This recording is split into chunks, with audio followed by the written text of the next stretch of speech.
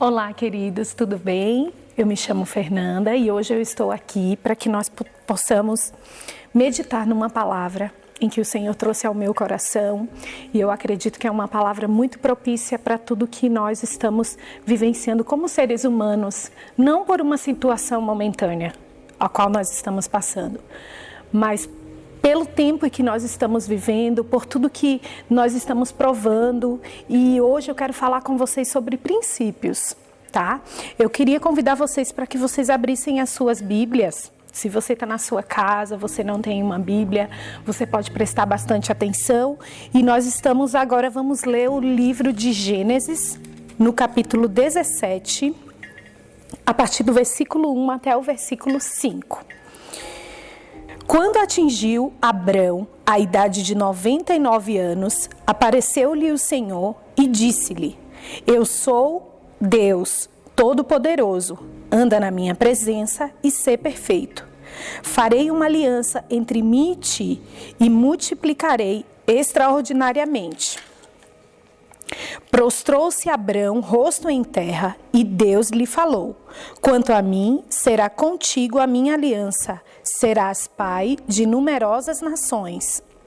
Abrão já não será o teu nome, e sim Abraão, porque por pai de numerosas nações te constituí. Até aí.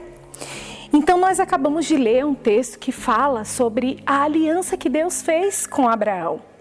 Antes, Abrão, o nome dele foi mudado, e esse nome Abraão significa, como a própria Bíblia nos disse, pai de numerosa nação, pai de multidões, né? Então, quando Deus mudou o nome de Abrão para Abraão, que é o pai de numerosa nação, Deus usou simplesmente uma estratégia, e ali, em Gênesis, no princípio de tudo, ele estava estabelecendo princípios.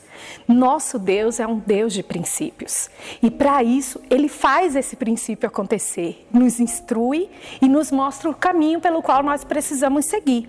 Então ele usou com Abraão uma estratégia, que Abraão aprendesse a chamar à existência aquilo que ele não estava vendo.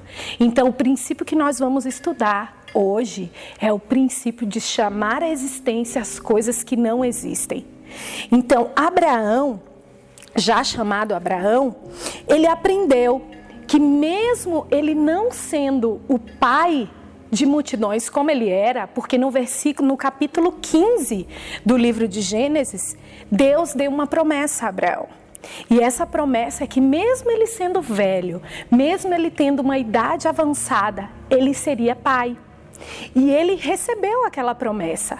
Mas nesse momento aqui, no capítulo 17, ao qual nós lemos, ele está trazendo à existência isso que ainda não existe.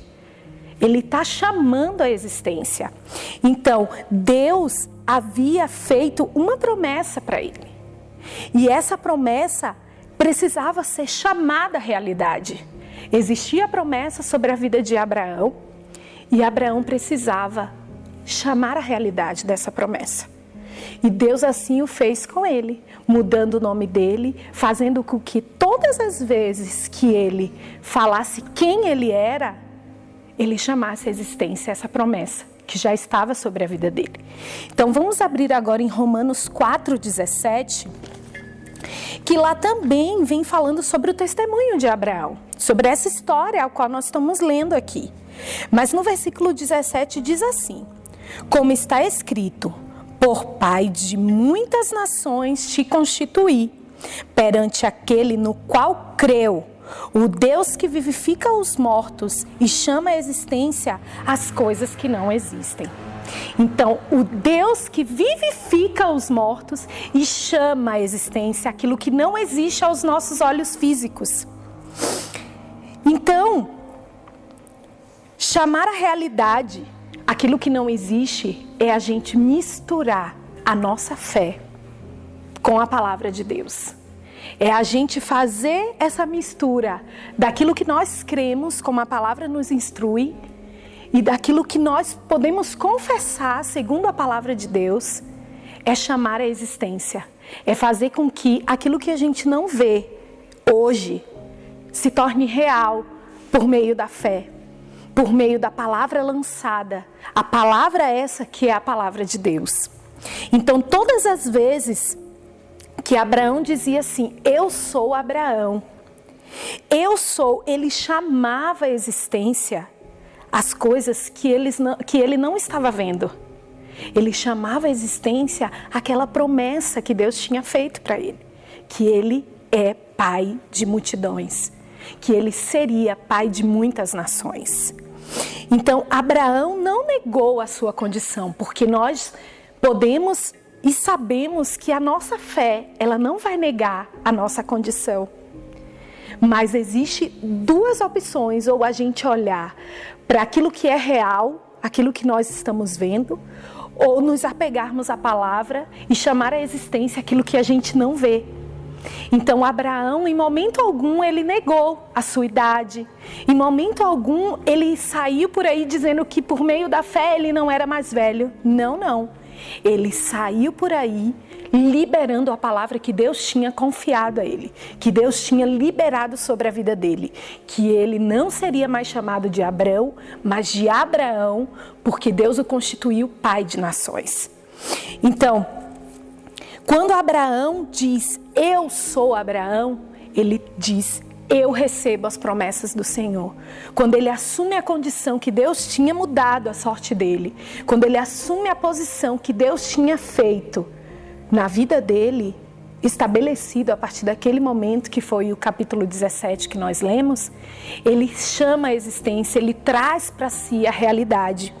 Então Deus usou esse método, como eu já falei, ele usou essa estratégia para ajudar a Abraão mudar a sua imagem, porque Abraão poderia continuar com a sua visão limitada de quem ele era, se prostrar diante da situação e da frustração de, mesmo sendo velhos, não ter filho, mesmo sendo velho, ele e a Sara não ter filhos, ele poderia sim. Mas ele também poderia escolher se agarrar com a palavra, afirmar aquilo que Deus já tinha liberado sobre a vida dele. E assim acontece comigo e com você. Existem promessas do Senhor sobre a nossa vida.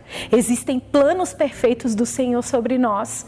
Existem projetos que Deus estabeleceu e promessas que estão aqui, guardados na sua palavra, liberados sobre nós.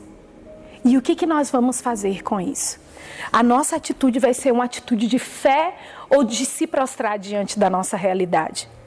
Então, Deus escolheu as coisas loucas desse mundo para envergonhar as sábias. Em 1 Coríntios, no capítulo 1, versículo 27 e 28, você pode olhar na sua casa, pesquisar isso. Deus vai trazer para a gente esse entendimento que Ele escolhe as coisas loucas do mundo para envergonhar as sábias. Então, Abraão precisou ficar totalmente convencido de quem ele era, qual era a nova vida que Deus tinha liberado sobre ele.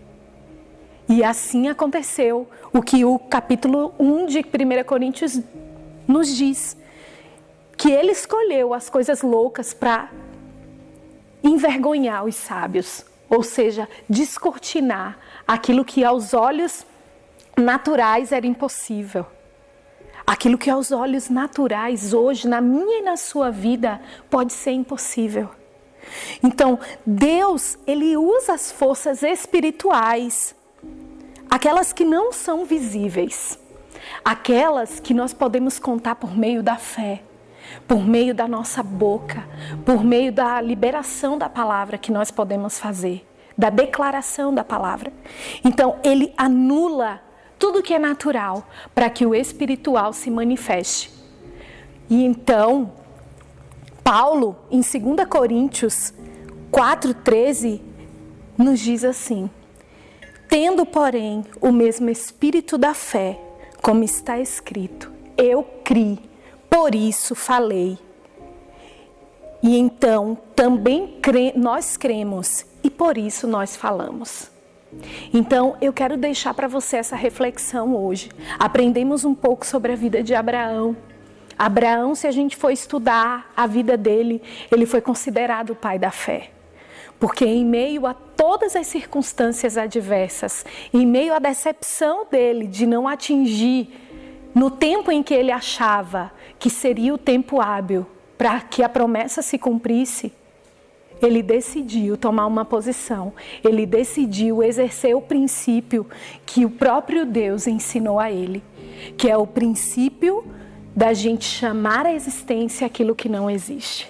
É trazer a nossa fé para os nossos lábios e chamar aquilo que não é real, aquilo que é espiritual, e fazer acontecer por meio da palavra de Deus, que nos garante salvação, que nos garante vida eterna e que nos dá vida plena e abundante em Cristo Jesus. Amém. Seja abençoado em nome de Jesus com esta palavra. Deus abençoe.